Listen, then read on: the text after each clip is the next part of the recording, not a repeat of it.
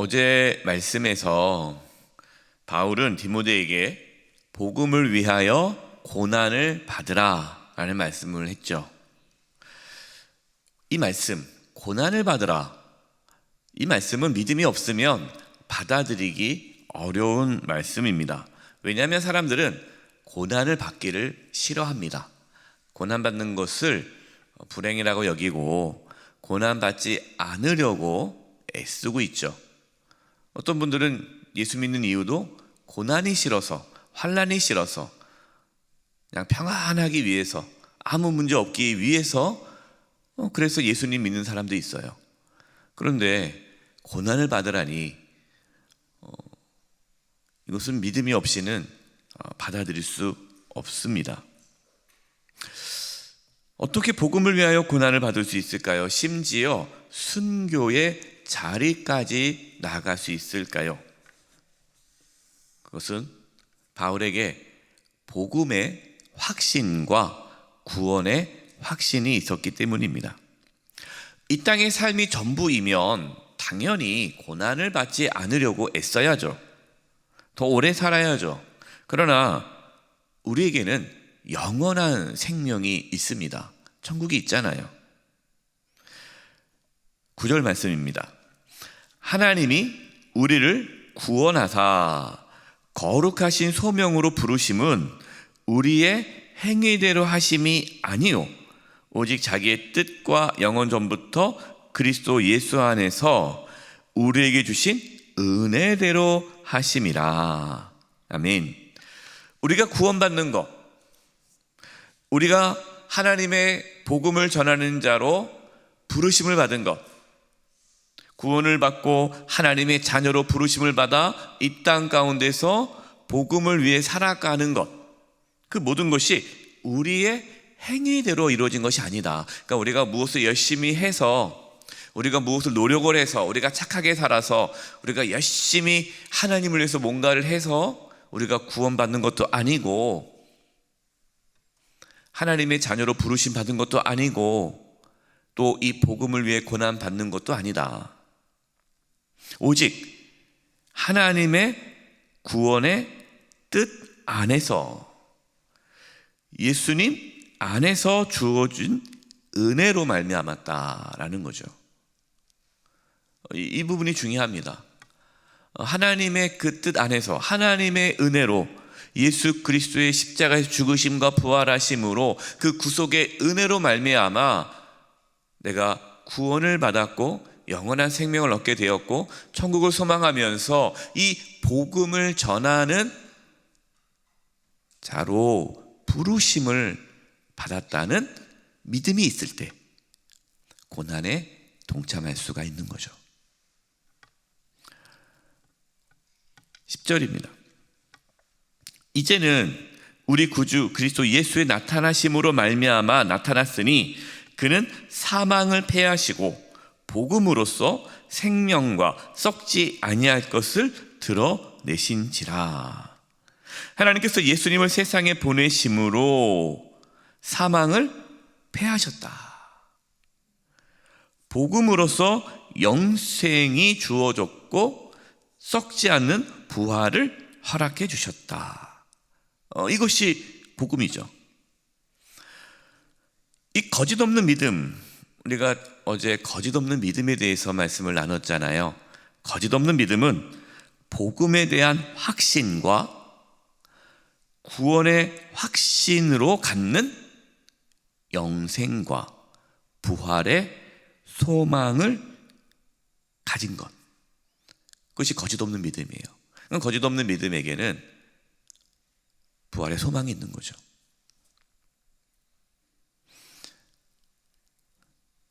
이것을 복음이라고 합니다. 복음.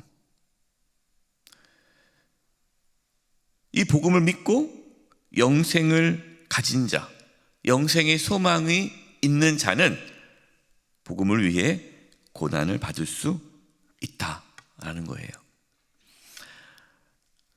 그러니까 고난을 받으면 구원을 받을 것이다, 이것이 아니라 구원을 받은 자는 고난을 받게 될 것이다, 이런 거죠. 거짓 없는 믿음. 이 거짓 없는 믿음은, 믿음이라는 것은요, 단지 우리가 이 땅에 살아가면서 어떤 인생의 어려움이 있잖아요. 그때마다 우리가 또 하나님을 믿죠. 하나님 도와주세요. 건강의 문제, 자녀의 문제, 물질의 문제, 어떤 관계의 문제, 우리가 살아가면서 여러 가지 인생의 문제가 있지 않습니까? 이것을 하나님께서 나를 도와주실 것이고 구원해 주실 것이다, 인생의 어떤 문제를 구원해 주실 것이다 라는 그것을 믿는 것도 거짓 없는 믿음이죠. 그 믿음도 중요합니다. 혹시 뭐 필요 없다는 게 아니에요. 그냥 이 세상에서 뭐 다 사라질 거니까 뭐 돈도 필요 없고 건강도 필요 없고 그냥 오직 천국만 바라보며 살아가자, 그건 아니에요. 하나님께서 우리가 이 땅에서 잘 살기를, 행복하기를 또 원하시죠. 그래서 이 땅에 여러 가지 인생의 문제를 가지고 하나님께 나아가 간구하고 기도하고 하나님께 맡기고 하나님께서 내 인생의 문제를 해결해 줄 것을 믿는 것도 중요한 믿음입니다. 그러나 그것만 머문다면 거짓 없는 믿음이 온전해질 수가 없죠. 그 믿음에서 더 나아가 천국의 소망, 부활의 소망, 그것에 대한 믿음이 있어야 되죠. 그럴 때 복음을 위하여 고난받는 것을 즐거워할 수가 있습니다. 디모데후서 1장 11절과 12절입니다. 디모데후서 1장 11절 12절 말씀을 제가 표준세 번역으로 읽어드리겠습니다. 나는 이 복음을 전하는 선포자와 사도와 교사로 임명을 받았습니다. 그러므로 나는 이런 고난을 당하면서도 부끄러워하지 않습니다. 나는 내가 믿는 분을 잘 알고 있고 또 내가 맡은 것을 그분이 그날까지 지켜주실 수 있음을 확신합니다. 아멘. 바울은 생명의 복음을 전하는 자로 부르심을 받았다라고 하였습니다. 그래서 자신은 복음을 위하여 고난받는 것을 부끄러워하지 않는다. 내가 지금 감옥에 있지만 내가 감옥에 있는 것을 부끄러워하지 않는다. 그리고 하나님께서는 자신이 어떠한 고난 가운데서도 복음을 전하며 복음의 삶을 살아가도록 지켜줄 것을 확신한다, 이렇게 고백하고 있어요. 이것이 거짓 없는 믿음의 모습이죠. 저와 여러분에게도 이러한 믿음의 고백이 있기를 바랍니다. 우리는 복음을 전하는 자로 부르심을 받았어요. 근데 복음을 전한다는 것이 때로 주저하기도 합니다. 내가 이분에게 복음을 전할 때 저분이 나를 무시하거나 또 뭐라고 하지 않을까, 예수 믿으세요라고 말하면은 막 나를 좀 뭐라고 하지 않을까, 그런 게 주저함 때문에 예수님 믿으세요 말을 못 하시는 분들이 있어요. 가족 중에 아직 예수 믿지 않은 분들, 몸이 아파서 이제 곧 이 땅의 삶을 마쳐야 되는데 예수 믿지 않는 가족들이 있단 말이에요. 그럼 그분에게 가서 복음을 전해야 되는데 복음을 안 전해요. 그래서 왜 안 전합니까? 그러면은 싫어해서요. 싫어할 것 같아요. 복음을 전해서 안 받으면 어떡해요? 화내면 어떡해요? 그것 때문에 나와 관계가 깨어지면 어떡해요? 그러니까 두려운 거예요. 내가 복음을 전하다가 내가 뭔가 이렇게 고난을 당할까 봐. 그게 주저해서 복음을 못 전한다는 거예요. 하나님께서 우리에게 거짓 없는 믿음을 부어주셔서 영생의 소망, 천국의 소망, 그 확신 갖고 아직 예수님 믿지 않고 죽어가는 자들에게 영원한 생명이 없잖아요. 그들은 죽으면 지옥 아닙니까? 어떻게 가만히 있을 수 있어요? 어떻게 내버려 둡니까? 내가 욕을 먹더라도, 그가 복음을 받아들이지 않더라도 복음을 전해야죠. 하나님께서 우리에게 거짓 없는 믿음을 부어주셔서 어떠한 고난 속에서도 담대히 복음을 전하고 그 복음의 삶을 살아갈 수 있도록 지켜주시기를 기도하시기 바랍니다. 우리의 힘으로 할 수 없어요. 하나님 우리에게 거짓없는 믿음을 부어주셔서 복음을 전하고 복음의 삶을 살아갈 수 있도록, 그리고 그 고난 가운데 우리들을 지켜달라고 우리는 기도하면서 나가는 거예요. 디모데후서 1장 13절 14절입니다. 너는 그리스도 예수 안에 있는 믿음과 사랑으로서 내게 들은 바 바른 말을 본받아 지키고 우리 안에 거하시는 성령으로 말미암아 내게 부탁한 아름다운 것을 지키라. 여기서 바울이 디모데에게 내게 들은 바 바른 말, 이 바른 말, 그 다음에 14절에 부탁한 아름다운 것, 이 바른 말과 아름다운 것은 복음이에요. 복음, 하나님의 말씀, 복음. 바울은 디모데에게 전한 이 복음을, 내가 너에게 전한 이 하나님 말씀을 본받아 지킬 것을 권면합니다. 그러면서 이 복음을 지키는 것, 복음대로 살아가는 것, 복음의 삶을 살아가고 복음을 전하고 이 복음을 끝까지 지키며 사는 것은 우리의 힘으로 할 수 없다. 그래서 14절, 우리 안에 거하시는 성령으로 말미암아, 성령의 능력으로 지킬 수 있는 거예요. 그러니까 거짓없는 믿음, 이 거짓없는 믿음은 우리 안에 성령의 능력으로 나타나는 거예요.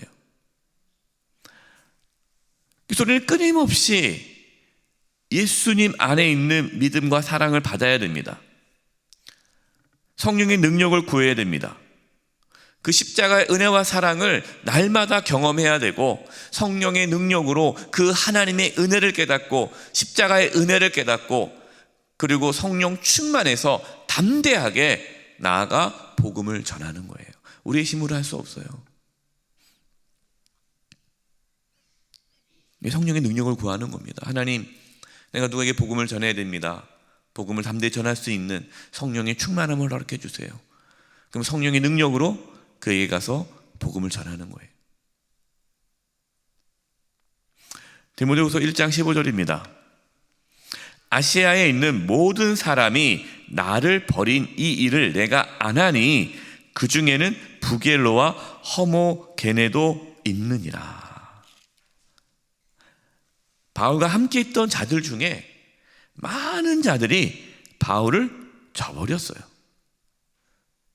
함께 이렇게 하나님 일을 하다가 바울이 감옥에 들어가고 바울이 박해를 받고 바울이 고문을 당하고, 그러니까 사람들이 마음이 바뀌는 거예요. 큰일 났다. 나도 저러면은 감옥에 가는 거 아니야? 이러다 나도 죽는 거 아니야? 아유, 그러면 안 되지 해서 다 떠나는 거예요.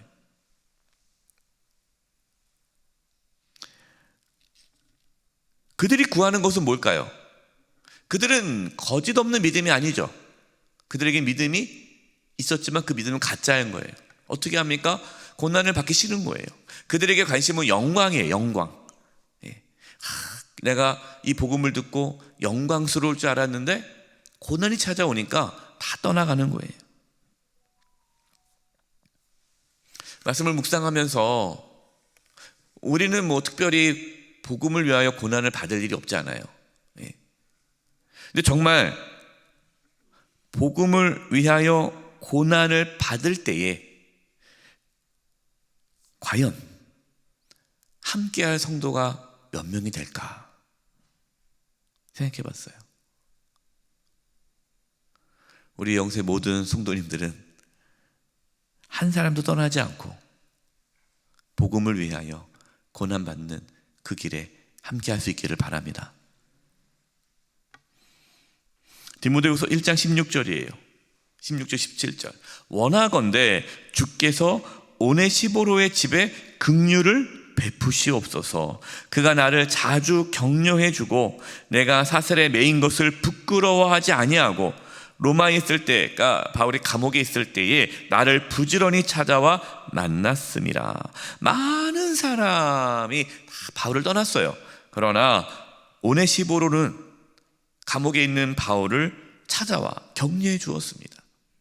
돌봤습니다. 바울과 함께 복음을 위하여 고난받는 것을 부끄러워하지 않고 두려워하지 않았습니다. 바울에게 있어서 이 오네시보로는 큰 위로가 되어준 동역자였어요. 복음을 위하여 고난을 받고 있는 자를 위로해주고 격려해주는 오네시보로와 같은 거짓없는 믿음을 가진 저와 여러분 되기를 주님의 이름으로 축원드립니다. 이 시간 우리 합심해서 기도할 것은요, 어제와 오늘 말씀을 통해 거짓없는 믿음에 대해서 말씀을 드렸습니다. 하나님, 우리에게 거짓없는 믿음을 허락하여 주시옵소서. 그래서 복음을 위하여 기꺼이 고난을 받으며 또 복음을 위하여 고난받는 자를 위로하고 격려해 주는 오네시보로와 같은 거짓없는 믿음을 가진 자가 되게 해 주시옵소서. 우리 이 부분으로 합심의 통성으로 기도하겠습니다. 하나님 아버지, 시간 기도합니다. 하나님, 어제하고 오늘 거짓없는 믿음에 대해서 말씀을 나눴습니다. 하나님, 저희들에게 거짓없는 믿음을 허락하여 주시옵소서. 하나님, 거짓없는 믿음을 허락해 주셔서 복음을 위하여 고난을 받으며 복음의 삶을 살아갈 수 있도록 주님 도와주시고, 복음을 위하여 고난받는 자를 격려하며 위로하며 함께 할 수 있는 오네시보로와 같은 거짓없는 믿음을 가진 자가 되게 하여 주시옵소서. 하나님 아버지, 저희들에게 거짓없는 믿음을 부어 주시옵소서. 예수 그리스도의 그 십자가 은혜와 사랑을 날마다 경험하게 해주시고 성령의 능력으로 고난에 참여하고 복음을 위하여 고난을 받는 그 삶을 살아가게 해주시옵소서. 아직도 예수님 믿지 않는 가족들, 친지, 이웃들이 있습니다. 그들에게 담대히 복음을 전하게 하여 주시옵소서. 예수님의 이름으로 기도드립니다. 아멘.